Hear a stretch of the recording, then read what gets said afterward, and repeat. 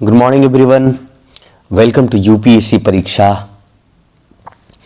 आज ट्यूसडे 3 दिसंबर 2024 है और एग्ज़ाम के पॉइंट ऑफ व्यू से अगर हम बात करें, यूपीएससी के पॉइंट ऑफ व्यू से अगर हम बात करें तो आज इस साइंस एंड टेक्नोलॉजी में एक मोस्ट इम्पॉर्टेंट ये न्यूज़ दिया गया है। हम इसकी चर्चा करेंगे। न्यूज़ कहता है कि when a DNA analysis reveal a closely guarded family secret.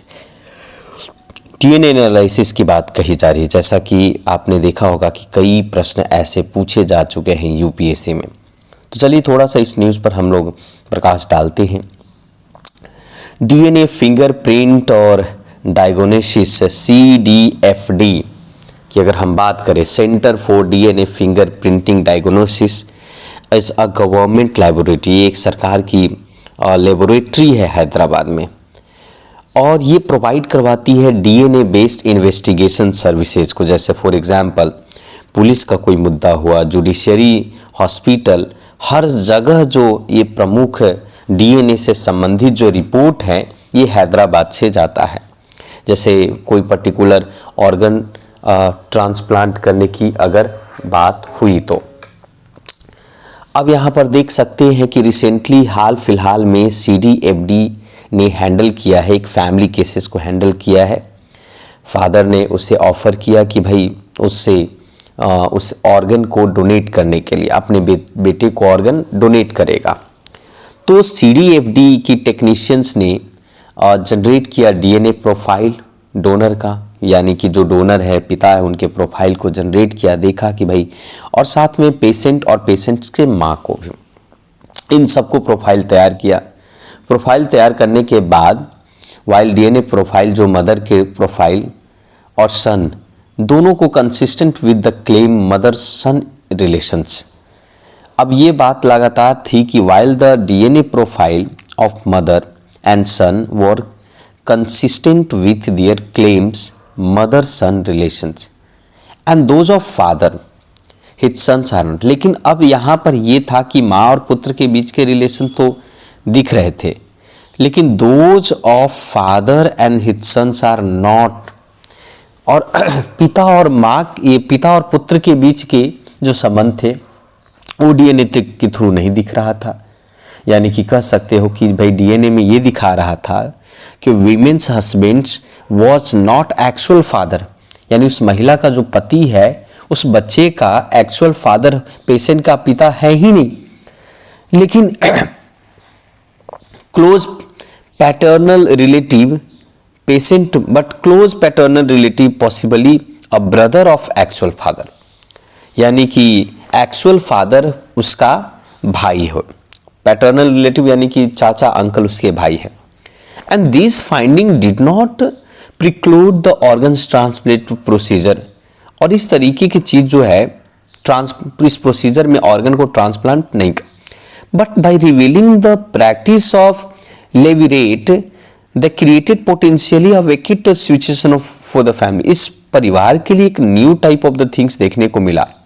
अब देखो लेविरेट का मतलब क्या होता है। अब एंशिएंट में पढ़ा होगा, ऋग वैदिक काल में पढ़ा होगा या फिर आपने वैदिक पीरियड में पढ़ा होगा, तो लेविरेट एक कस्टम था, एक प्रथा था। प्रथा उस प्रकार के कुछ परिवारों का ये प्रथा हुआ करता था कि मान लिया कि कोई महिला के पति का देहांत हो गया, मृत्यु हो गया महिला का पति, और उस विडो का चाइल्डलेस है, उस विडो के कोई अपना चाइल्ड नहीं है, बच्चा नहीं है, तो ऐसी स्थिति में बच्चा जो है उस पति, उसके पति के हस्बैंड के भाई के थ्रू जो है बच्चा होता था, यानी उनसे बच्चा के लिए उनसे संबंध स्थापित करते थे। वुमेन हु विडो और वन हु हस्बैंड मेंटली और फिजिकली इनकैपेसिटेड है तो children's father by the her husband's brother के थ्रू, तो ये बातें लेविरेट कहा जाता था। Understandably family would be prefer to keep such knowledge private. इस तरीके की नॉलेज को फैमिली प्राइवेट रखती थी। लेकिन CDFD का मतलब यहाँ पर कहता है डॉक्टर कि they could proceed with the transplant operation because donor और उसके रेसिपिएंट ये दोनों बिलोंग्स करते हैं सेम फैमिली से, but by explicitly revealing the women's husband were not her son's father, it's create a risk of unwanted breach of the family's privacy. अब मान लिया कि ये प्रोफाइल में आपको पता चला कि भाई मान लिया कि एक्चुअली में हस्बैंड का भाई जो है उस बच्चे का पेशेंट के का फादर है, तो एक तरीके से प्राइवेसी को लेकर के ये सही नहीं हुआ कि एक परिवार की प्राइवेसी को आपने रिवील किया, ये मुद्दा हो रहा है यहाँ पर। अब मैं आपको थोड़ा सा एग्जाम के पॉइंट ऑफ व्यू से बता दूं कि डीएनए प्रोफाइलिंग है क्या। हमारे बॉडी के जो प्रत्येक सेल हैं उनकी एक न्यूक्लियस होता है, और न्यूक्लियस होता है that contain 2 copy of the each of 23 chromo, और जिसमें 23 क्रोमोसोम्स होते हैं, प्रत्येक में 2 कॉपी 23 क्रोमोसोम्स, नंबर 1 से लेकर 23। अब नंबर 1 से 23 जो है आवर जीनोम्स हैं। हमारा प्रत्येक पेयर का जो एक क्रोमोसोम है वो मदर्स के एक से है और दूसरा फादर के स्पर्म से होता है।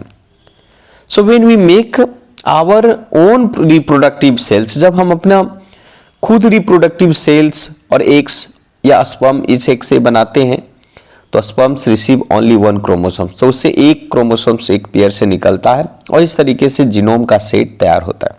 When a sperm cells and eggs fuse they created a cell with the 2 genome set, और ऐसे करके द सेल आगे चलकर जाइगोट्स बनाता है और वही जाइगोट्स डिवाइड होकर बेबी के फॉर्म में बन जाता है।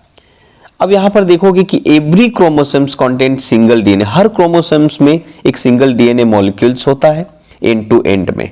ये डीएनए मॉलिक्यूल्स 2 स्ट्रैंड का होता है, प्रत्येक स्ट्रैंड लॉन्ग होता है, लीनियर सीक्वेंस में होता है, जिसमें 4 केमिकल्स होते हैं, एडेनाइन, साइटोसाइंस, सी गाइनाइंस और कह सकते हैं थाइमिडाइंस, टी।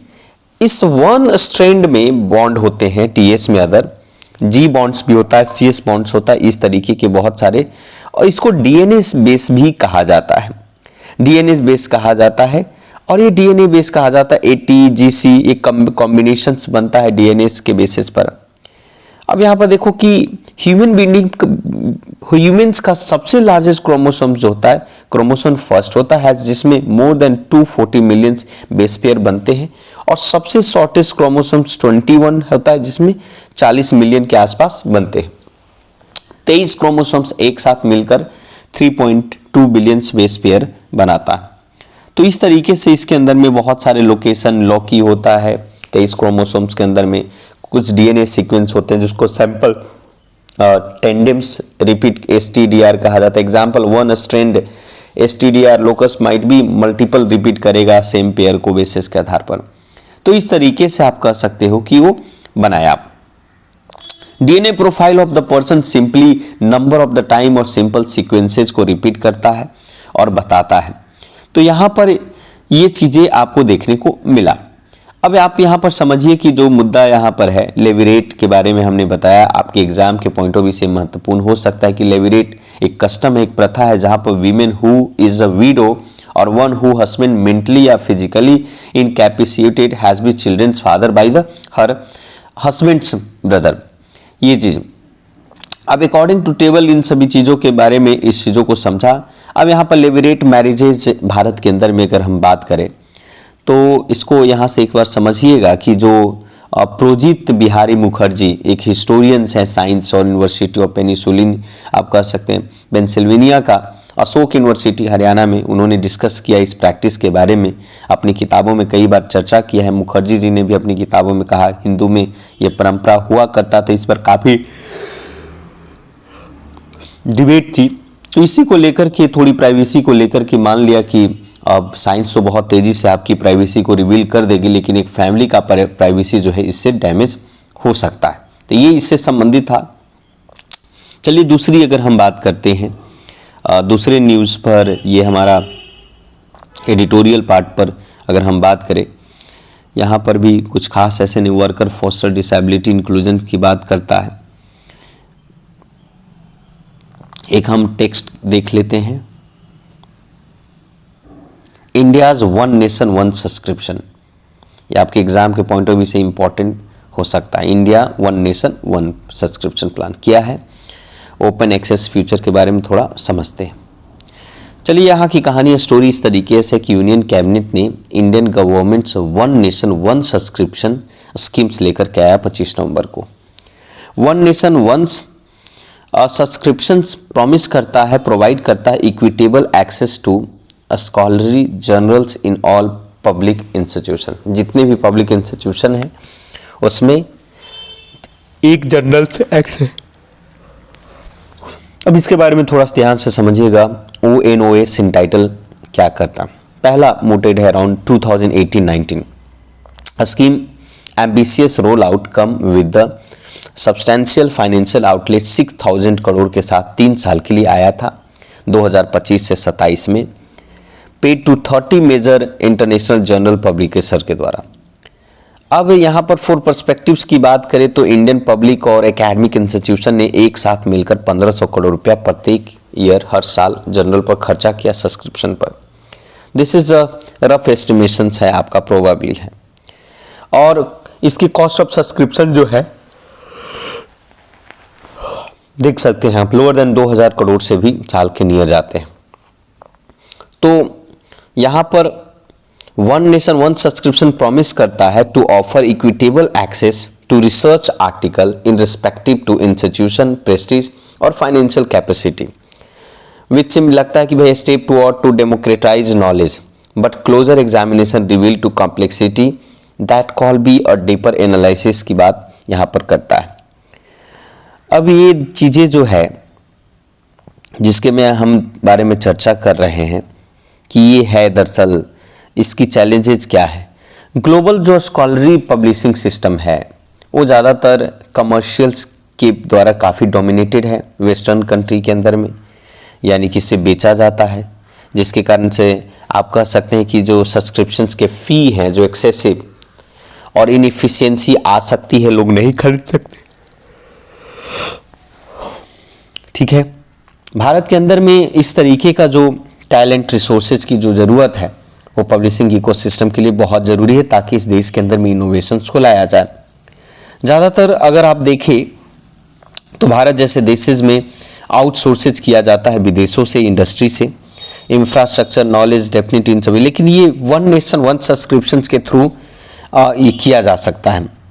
लेकिन दूसरा सबसे मोस्ट इंपॉर्टेंट कि what about to copyright transfer, कुछ ऐसे सिग्निफिकेंट इश्यूज हैं सब्सक्रिप्शन मॉडल के बेस के आधार पर जो आगे चलकर समस्या बन सकती है और कॉपीराइट जैसी सिचुएशन खड़ा कर सकती है कि अगर किस पर ऐसा आया तो क्या होगा। तो जाहिर सी बात है कि इसके बारे में सब्सक्रिप्शन, इसके बारे में यही बातें कही गई है कि सब्सक्रिप्शन मॉडल के बेस के आधार पर जो जर्नल्स हैं वो मैन्युस्क्रिप्ट्स हैं जो साइंटिस्टों से प्राप्त होते हैं स्टडी में इवेलुएट करने के लिए, उसे वन नेशन यानी एक राष्ट्र वन पर करे या सबको एक साथ मिलकर कर उसे यूज करने की ज़रूरत है। वंस पेपर को एक्सेप्ट हो जाए तो जर्नल को पब्लिश कर दिया जाए और उससे पैसे कमाया जाए, चार्जिंग टू पीपल से पैसे लिया जाए, वो ओपन एक्सेस कर दिया जाए। ओपन एक्सेस का मतलब यहाँ पर होता है कि publish to the freely accessible सबको रखा जाए। There are different kind of OA होगा, a common type gold OA where journal make to money, जिससे पैसे कमाया जाकर चार्ज किया जा सकता है। फिर आपका होगा आर्टिकल प्रोसेसिंग चार्जेज, फिर इसके बाद होगा, इस तरीके से ये किया जा रहा है और एक प्लेटफॉर्म के जरिए इसको कनेक्ट करने की कोशिश की जा रही है।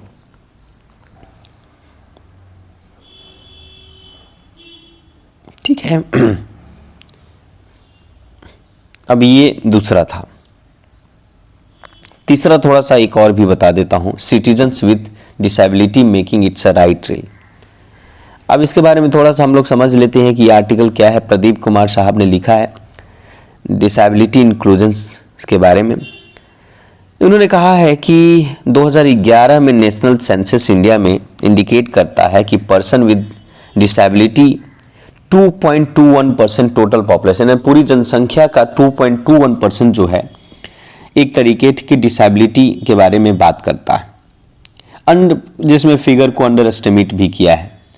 2019 के according disability model survey conduct करता है WHO के द्वारा पूरी भारत के अंदर में, तजाकिस्तान के अंदर में, लाओस, पीपल डेमोक्रेटिक रिपब्लिक, वहाँ पर देखा गया कि बहुत सारे ऐसे सीवियर डिसेबिलिटी हैं इंडियन एडल्ट में 16% से भी ज़्यादा। इंडिया ने इस United Nation convention on rights of the person disability October 1, 2007 को इस बात को रेक्टिफाई किया था और कहा था कि इस समय तरीके के प्रॉब्लम पर हम काम करेंगे और साथ में कानून बनाएंगे। उसके अकॉर्डिंग पार्लियामेंट ने एक राइट्स पास किए थे, उस राइट्स का नाम था right of person with the disability act 2016, जो कि 19 अप्रैल 2017 को फोर्स में आया, यानी लागू किया गया। इससे पहले एक एक्ट हुआ करता था, person with disability equal opportunity protection right and full, 1995 में, उसी को आगे चलकर अपडेट किया गया था। अब यहाँ पर इस चीज़ को समझिएगा कि ये जो role of the state commissioner है, one of the unique point है आरपीडब्ल्यूडी इस एक्ट का। तो इसमें बहुत सारे ऐसे डिसेबिलिटी लेजिस्लेशंस डेवलपिंग कंट्री और बाकी के जगह पर हैं जो इसे प्रॉपर तरीके से अपडेट नहीं किया गया, उसे प्रॉपर तरीके से मॉनिटरिंग नहीं किया। एक तरीके ये क्वाजी जुडिशियल फंक्शंस हुआ करता है जो काफ़ी इफेक्टिव होता है। अकॉर्डिंग टू सेक्शन 82 में आरपीडब्ल्यूडी एक्ट जो है स्टेट कमिश्नर जिसका पर्पस होता है discharging the function under the act में आपका same power for civil court, civil procedure code 1998 के through try to every proceeding before the commissioner में बेस के आधार पर कर सकते हैं। उसके लिए एक प्रॉपर लेजिस्लेशन प्रोसीजर होने की ज़रूरत है। क्वाजी जुडिशियल पावर होता है और इस सिंपली से अगर हम बात करें इसके केसेस के अंदर में अगर हम पूरी, तो कहीं ना कहीं हैंडीकैप्स और डिसेबिलिटी के बारे में ये बातें कर रही है, जिसमें ये कहा जा रहा है कि भाई गवर्नमेंट को चीफ कमिश्नर ऑफ डिसेबिलिटी को एक ऐसे स्टेट कमिश्नर के अंदर में एक कैपेसिटी बिल्डिंग करना चाहिए, एक ऐसा कोर्ट की, ताकि इक्वल राइट्स उसको मिल सके, उसके अपने अधिकार का वो प्रॉपर तरीके से प्रयोग कर सके। सरकार जो है इस पर भी काम करने की सरकार को फोकस, साथ में उसके लिए उसका जो राइट्स हनन हो रहा है जैसे human rights, education, social work, rehabilitation की ज़रूरत है, ऐसे नॉन गवर्नमेंटल ऑर्गेनाइजेशन बनाने की ज़रूरत है स्टेट कमिश्नर के द्वारा। इन रियलिटी में देखा जाए तो कमिश्नर जो है कुछ काम खास नहीं करते हैं, बहुत सारे सिविल सर्वेंट हैं। लेटेस्ट डेटा 2021-22 की अगर हम बात करें तो चीफ कमिश्नर ने पर्सन विद डिसेबिलिटी में ओनली 8 स्टेट के अंदर में अपॉइंट किया गया था, जो कि एक मेन स्ट्रीम सिविल सर्विसेज से बाहर था। ऐसे में सिविल सर्वेंट जो कि नोडल मिनिस्ट्री के अंदर में है, इनके लिए कन्फ्लिक्ट भी पैदा हो सकता है। तो कहा जा रहा है कि सरकार को एक पेपर वे में इस पर काम करने की ज़रूरत है। कानून तो बना दिया लेकिन इस कानून को क्या कर, तो ये कह सकते हो। तो ये था आज का प्रमुख 2-3 जो है एडिटोरियल जिस पर हम लोगों ने चर्चा किया। इसी प्रकार की वीडियो के लिए आप इस चैनल को सब्सक्राइब करें, बेल आइकन को प्रेस करें और आप शेयर ज़रूर करें। थैंक यू वेरी मच, धन्यवाद, जय हिंद, जय भारत।